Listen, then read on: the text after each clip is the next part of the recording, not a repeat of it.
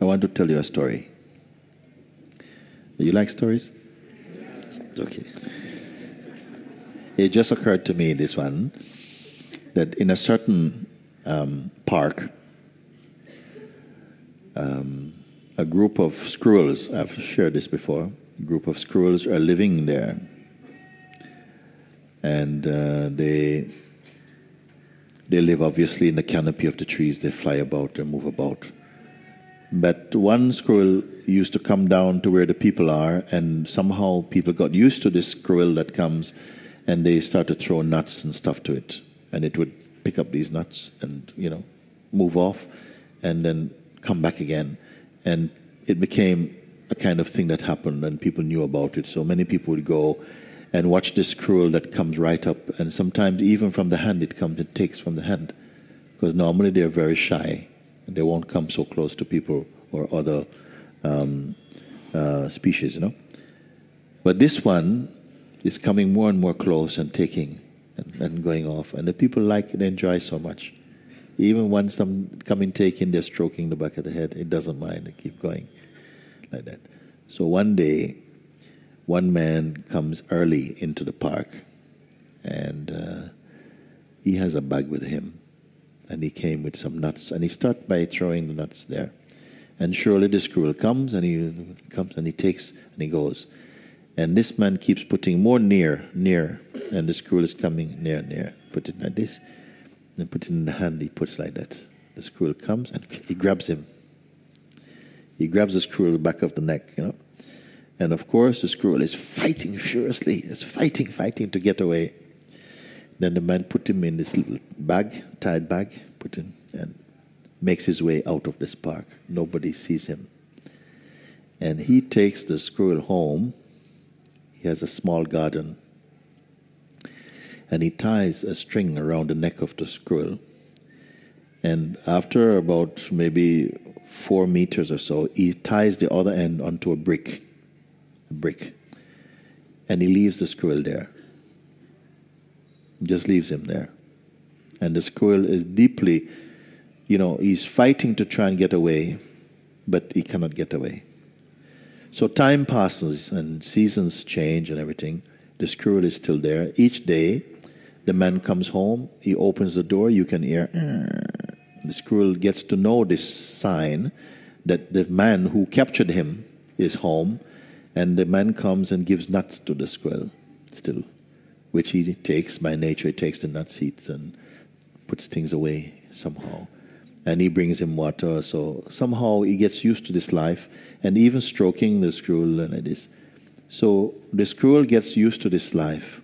And now, after some months, when the door is opening, his captor is coming home. He regards, my master is home. The one who gives me food now is home. So he takes the food like this. So time goes on like that is going. The only difficulty now he finds, is that there's a dog next door. The next garden, there's a dog. And just separating them is one old fence, wooden fence. And this dog next door is a Doberman, not a friendly customer.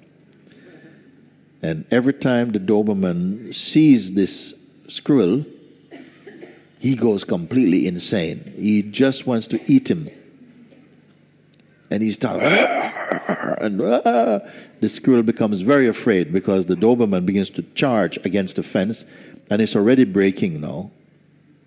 And he just wants to get this squirrel and eat him up. So every time this happens, the squirrel runs with all his might, pulling the brick to the end of the garden. There's a big tree, and the squirrel actually managed to climb up the tree. And because this is natural, it's his nature to go to the tree. He goes up the tree, but he can't stay there long. While he's in the tree, he feels safe, but he can't stay long because the brick is dangling and the neck is coming. So he has to come back down again to the ground. And this is the life that it's living now. For month after month, change of season is coming. Then also winter comes and all the leaves, they go. And it's a very strict very cold time. Still, the man comes home, he gives him nuts, he eats the nuts and so on. And this is the life that's going on. So here it comes, let's fast forward, it's spring now. All the leaves are coming back on the trees. And then one day, this squirrel is really eating his nuts, like this. And it hears this thrashing about in the canopy of the trees. And it looks up and it sees like a whole family of squirrels running through this canopy. You know how they do. They jump from branch to branch and they're full of joy. And the joys of spring is...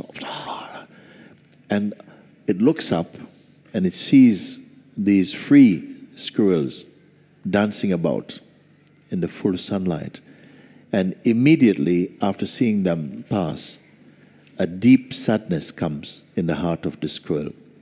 Because in that instant it's reminded of its life, its true life, his life of freedom. And he looks and he feels the string around the neck and the brick and the old peanuts. And he says, but this is not my life. This is not my life. Just the seeing of them stimulates inside, again, a yearning for freedom. And simultaneously a sadness is there. Because he sees, I cannot do that. You see? And it becomes deeply, deeply sad about it. And one day, the squirrels are going through and they looked. The wise one, they look one down. They see the squirrel there at the bottom, way down there in this yard. And it looks very, very tired. Doesn't look like a healthy squirrel at all. Look very sad and so on. And they feel, I have to go and rescue. We have to go and rescue this, our brother. We have to go and rescue our brother now. So they all come down and they start to approach this squirrel. And he sees them coming. And fear comes. He sees them coming. Fear comes inside. Normally in the old days, no fear is there. But fear is now here. And then they come and they surround him. And he's very afraid. And they start to bite at the rope, the cord around the neck to free him. And at the same time, the Doberman sees the lot of them inside now, and he's super excited. He's got dribbling coming from the mouth. He's completely mad with desire to go there and to have a full lunch. And he's charging at the fence. And everybody's afraid, but they're pulling. And just then, the Doberman breaks through the fence. And he's there, he's coming. And at that point, the last thread is snapped. And everybody up in the tree, including this one who was captured. Now, can you imagine anyone more happy than this squirrel now? He's in the canopy, and with all the others, he's jumping. He's so happy. Like that. And he's free. And the seasons continue to change like time. And it comes winter again. And the leaves disappear, and the food is gone. And again now, one morning, this squirrel is sitting at the end of one branch, looking very sorrowful. And the wise squirrel comes and bites his tail. I know what you're doing. I know. You're reminiscing, huh? That you want to go back. Your mind has created this beautiful picture of somebody bringing you nuts every day. This is what caused you to get into trouble in the first place. Give up this lowly habit. We're squirrels, we're free, and we find our own food. Then somehow he remembers and he shook off all of this. Now, you know I'm not talking about squirrels.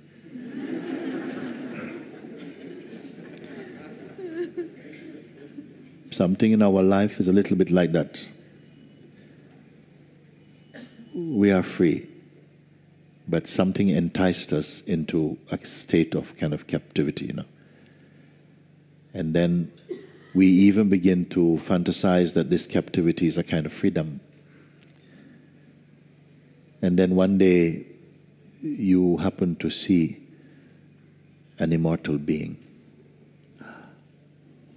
and something is deeply touched inside you. You feel great exhilaration of energy, but at the same time sorrow, because you feel, but this is my true nature. So now I want to be free. And the very yearning for freedom brings that opportunity to you. And you're assisted to find that freedom in yourself. And then it is found. And oh, you're so full of joy. But as time goes past, some old remnants from the mind is coming. And you begin to project and fantasize about them. And again, through satsang, you're reminded, forget about it, don't go there. This is how you came into the sense of unfreedom. Come back to your holy state.